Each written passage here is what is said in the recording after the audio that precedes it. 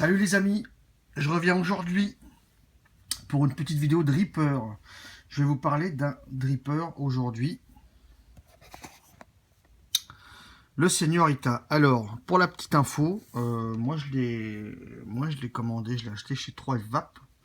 Alors chez 3FVAP, je suis tombé sur sa gueule par hasard. Moi je l'ai pris uniquement au début que pour sa gueule, parce que sa gueule me plaisait. Je suis tombé dessus par hasard sur le net, donc il était en vente chez 3FVAP, mais en fait, il s'appelait sur le site Señorita. D'accord.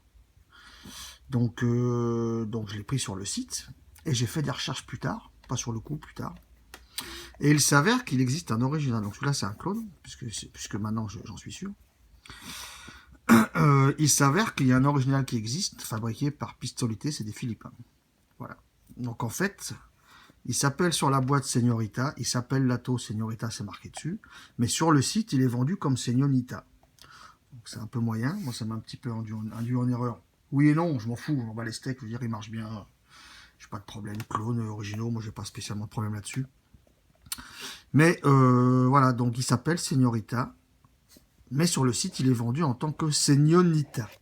Donc c'est un peu induire en erreur. Pour info, l'original coûte 70 boules et celui-là m'a coûté 11 boules sur 3FVAP. Voilà. Alors l'Ato en lui-même, le dripper, dans une petite boîte. Le voici. Donc moi je vous le dis cash, c'est sa gueule qui m'a plu de suite. Voilà, c'est sa gueule qui m'a plu de suite. Donc un dripper, un top cap Pyrex,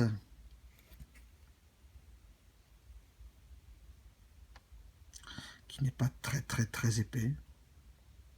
En même temps, c'est pas fait pour jouer au foot non plus. Hein. Un top cap Pyrex, un tournevis plastique bleu que je ne possédais pas. 2 joints et 4 vis de poste. Voilà ce qu'on a dans la boîte. Alors, l'Ato en lui-même.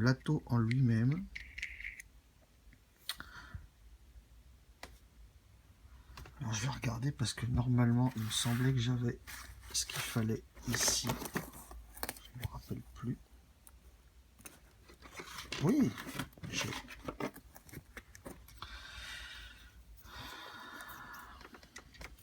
Comment il fait? L'Ato fait 38 de haut. 38 de haut, l'Ato. Alors, j'enlève le top cap.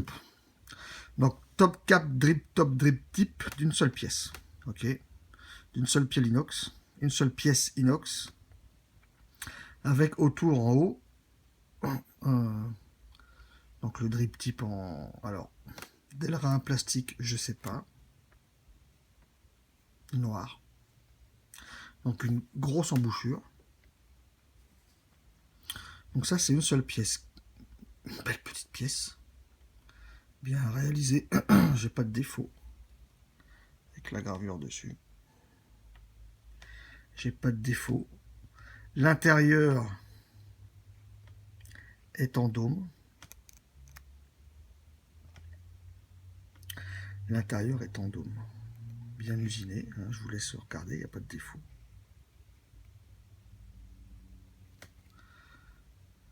Pas de défaut. La base. Alors j'ai laissé mon col dessus. Hein, c'est un... Je vais pas refaire un montage là-dessus. Tout le monde connaît ce... J'enlève la bague d'Airflow. J'ai laissé mon col dessus. Hein, d'accord. Donc dessous, ben, c'est marqué. Donc Señorita RDR, numéro de série, pseudo, numéro de série, on s'en fout. Pin 510 en cuivre. Est-ce qu'il est réglable? Je ne sais plus. Oui, il l'est. Pin 510 réglable, puisque mon pôle positif ne bouge pas, donc oui, c'est réglable. Puisque là, il ne sort pas donc, dans sa configuration actuelle. Pas d'hybride, pas de montage hybride. Si vous le montez en hybride, donc sur un méca sans top cap, donc en ayant le pôle positif directement sur le plus de la Q, il faudra forcément sortir ce 510, comme ça. Ok. histoire qu'il n'y ait pas de court-circuit. Mais moi, comme je le mets sur un électro, j'ai pas ce problème-là. Donc la base, écoutez, assez grosse. Je crois que c'est un diamètre 23, il me semble. Il me semble que c'est un diamètre de 23. J'ai pas de pied à coulisses, mais bon. C'est un diamètre 23. La base est un diamètre 23. Donc les airflows de chaque côté. D'accord. Qui tombent sous le coil. On le voit bien comme ça. Qui tombent sous le coil. Deux vis positifs, deux vis négatifs. Un isolant, on dirait du pic. À vue de nez, on dirait du pic. Une cuve, ma foi, assez peu profonde. À vue de nez, est-ce que je vais arriver à le voir? Non, je n'arriverai pas à le voir. À vue de nez, à vue de nez, 3000 quoi.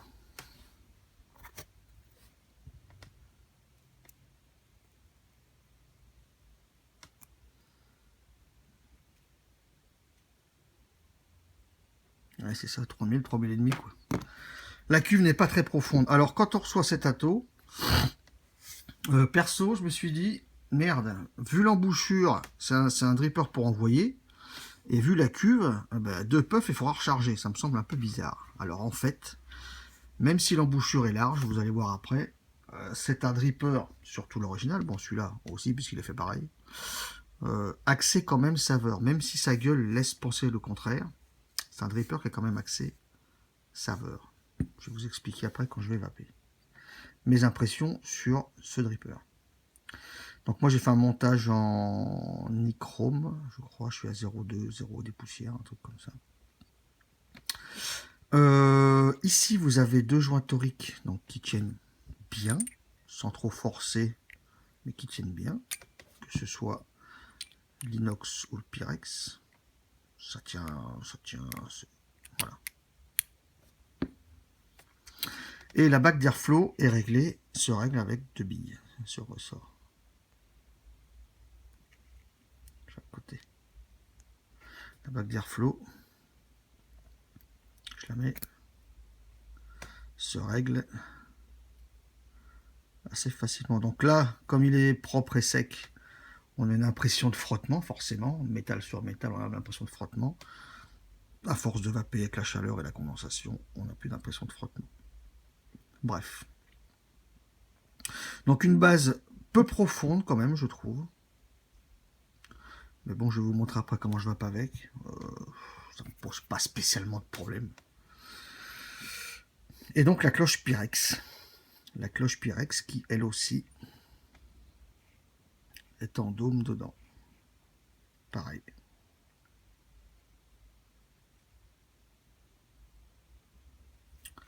Voilà, c'est pas très épais.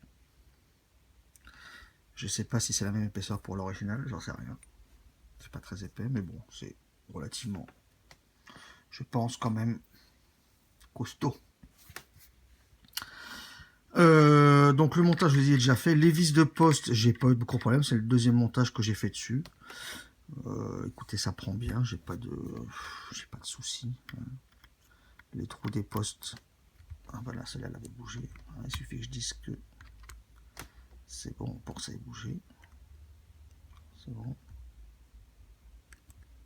C'est bon. J'ai pas de problème. Les trous des postes, écoutez, je connais pas le diamètre.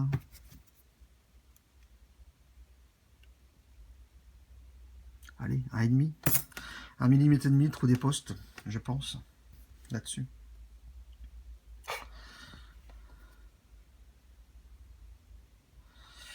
Je vais cotonner. Alors, comme je vous ai dit hier,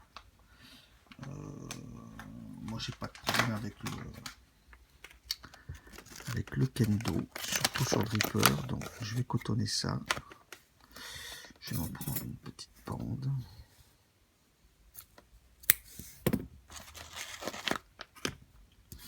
Que je vais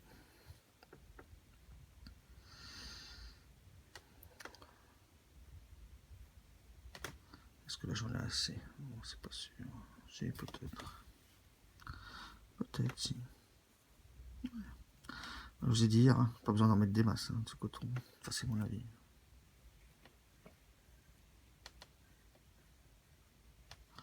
Voilà.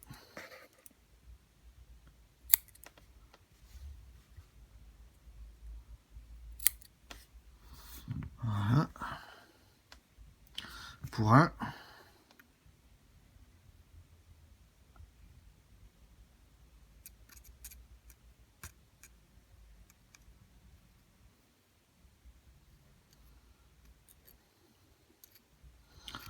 Quand on met le coton, c'est pas la peine d'en mettre sur les trous d'airflow. Hein. D'accord. Que l'airflow soit libre. L'autre côté, on va faire pareil. Un petit boudin.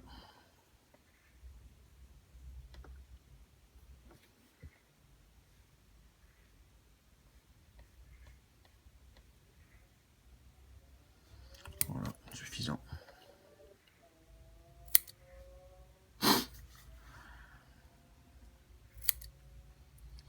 Suffisant.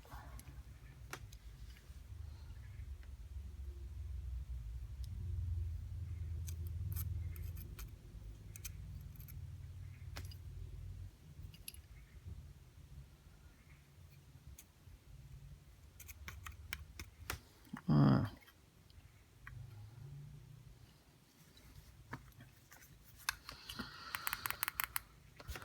Alors, je suis à combien là? Je vais mettre à 45. Non, je vous ai dit, ouais, je suis à 0,18, c'est ça. Alors, je vais mettre dans ce dripper une petite rosée matinale. Donc pareil, hein, comme c'est du kendo, je vous ai dit hier, on humecte ses coils.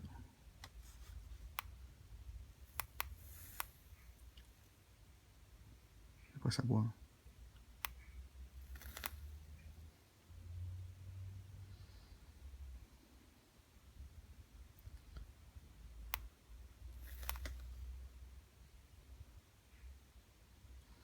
Et après ça boit.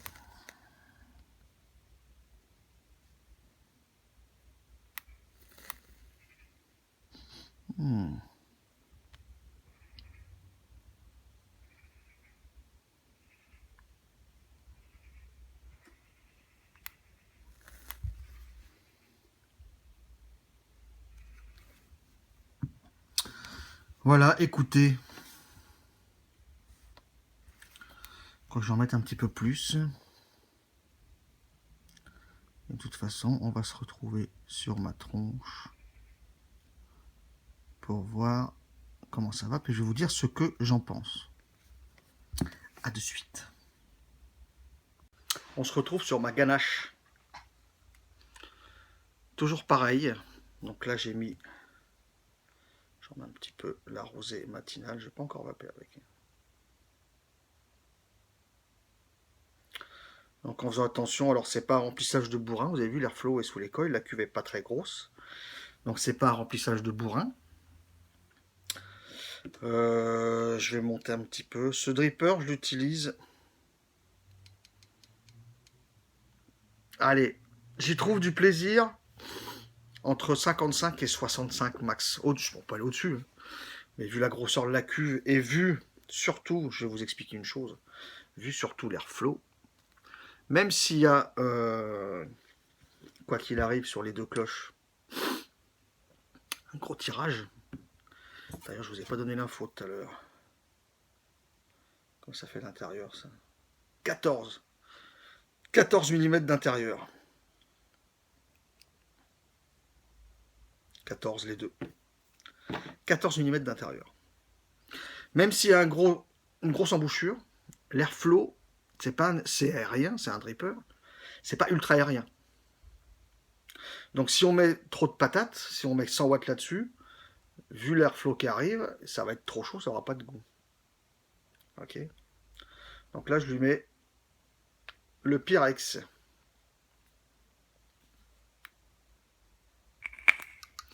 Je suis à 55 watts.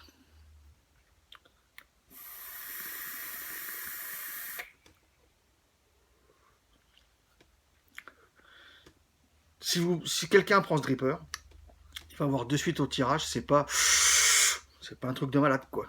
D'accord? C'est aérien, c'est de l'inhalation directe. Ouais, direct, mais c'est pas non plus ultra aérien.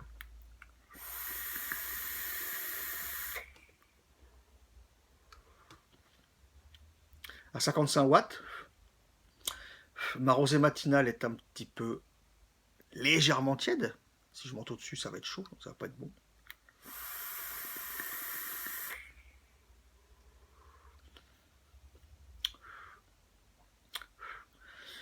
Mais je retrouve bien la rosée matinale, voire même ici sur le dripper, j'ai l'impression que la menthe fraîche est un petit peu plus présente ici que par exemple sur mon serpent mini ou sur quoi je l'ai vapé, sur d'autres drippers. J'ai mis dans le serpent et sur le dripper. Donc là, j'ai une menthe un petit peu plus fraîche sur les lèvres.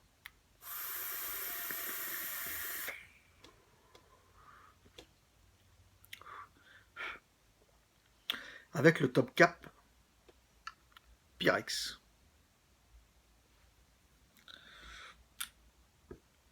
Donc je vous ai dit, c'est pas un dripper de bourrin. Alors, pour le recharger, on laisse soit le top cap, soit je vous montrerai après comment je fais aussi. Donc là, j'en mets un petit peu. Pas trop, reste ici, toi. Non, mais pas trop. Voilà. Top cap inox. Moi, comme je vous l'ai dit, c'est cash, c'est sa gueule qui m'a plu. Voilà. Donc c'est pour ça que je l'ai pris.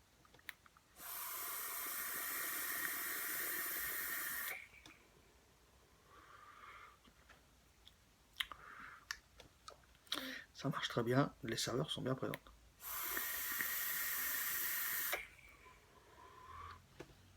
Faut que la grosse embouchure ne dérange pas, forcément. Donc on a tendance à dire, c'est vrai, petits airflow, petit drip tip saveur, gros airflow, gros drip tip, bourrin. C'est un gros drip tip. L'airflow, je vous ai dit, est limité, c'est pas un gros airflow. Si je le mets que sur un trou,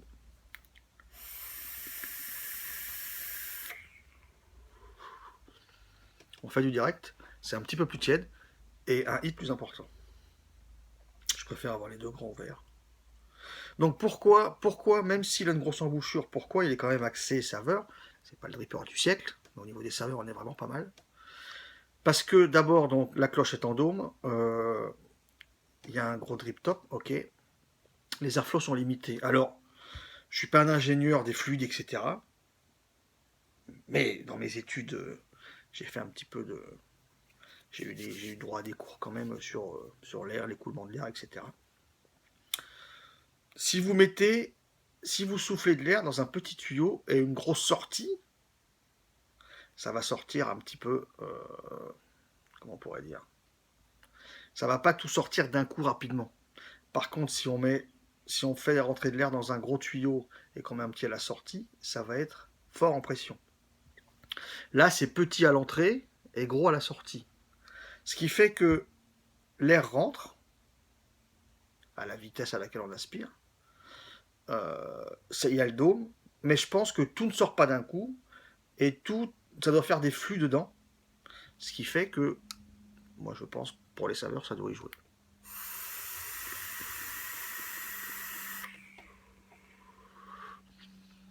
J'ai de très bonnes saveurs.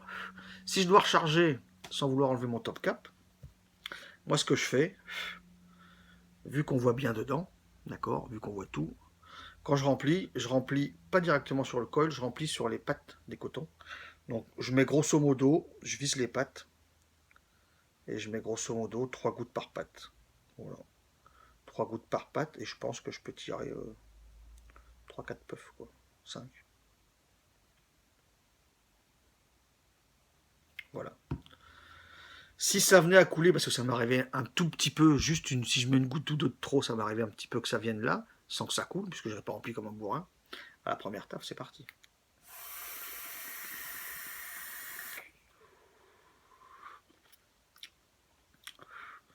Donc moi j'ai de très bonnes saveurs dans ce tato, mais surtout j'adore sa gueule. Donc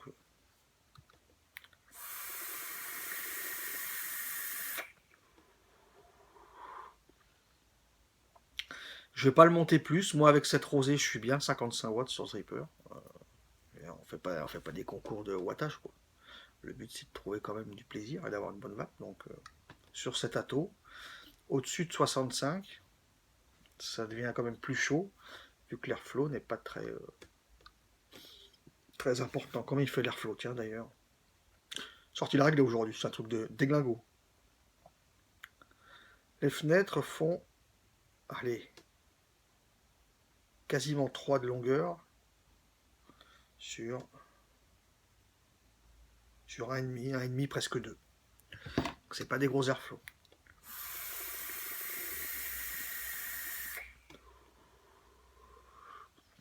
Parce que vu la masse de vapeur qu'on sort, je pense véritablement que dedans ça doit remuer. Et on a de bonnes saveurs.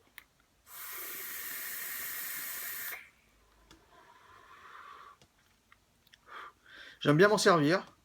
J'aime bien m'en servir. Le point négatif qui, moi, me dérange, c'est que la cuve est petite. Mais bon, vous avez vu, là, depuis que j'ai rechargé, ça doit faire peut-être 4 puffs que je tire, 5. Quand on drip avec ça, normalement, on n'est pas en voiture. On va à la maison. Donc on peut recharger, c'est pas un problème.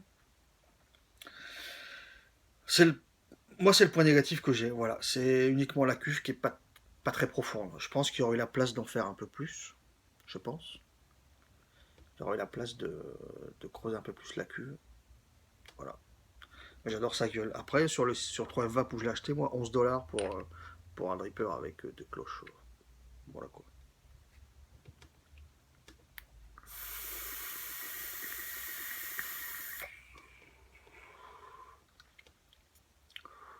Là, je sens que j'arrive au bout. Ça doit faire 5-6 puffs.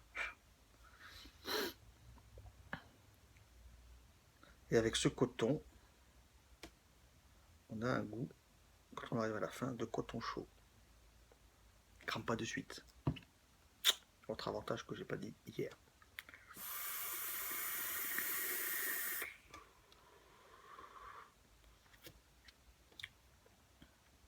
Voilà, pour ceux à qui ça ne dérange pas d'avoir une grosse embouchure. Alors certes, c'est pas un Pyrex Trinity à 30 balles, hein, c'est un Pyrex chinois. Moi j'aime bien.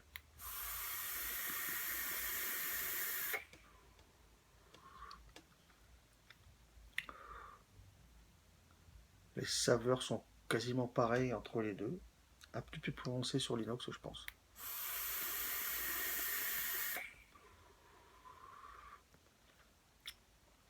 Se monte facilement, se cotonne facilement, se nettoie facilement, vape facile, cuve petite.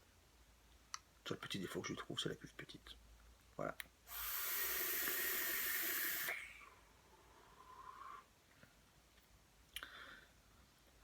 Et à force de dripper quand même avec cet atto, il faut que je vous le dise aussi. Je ne sais pas si je vais arriver à vous montrer. Peut-être si comme ça. On a de la condensation qui vient quand même se foutre sur la base de la box. Voilà. Quand même.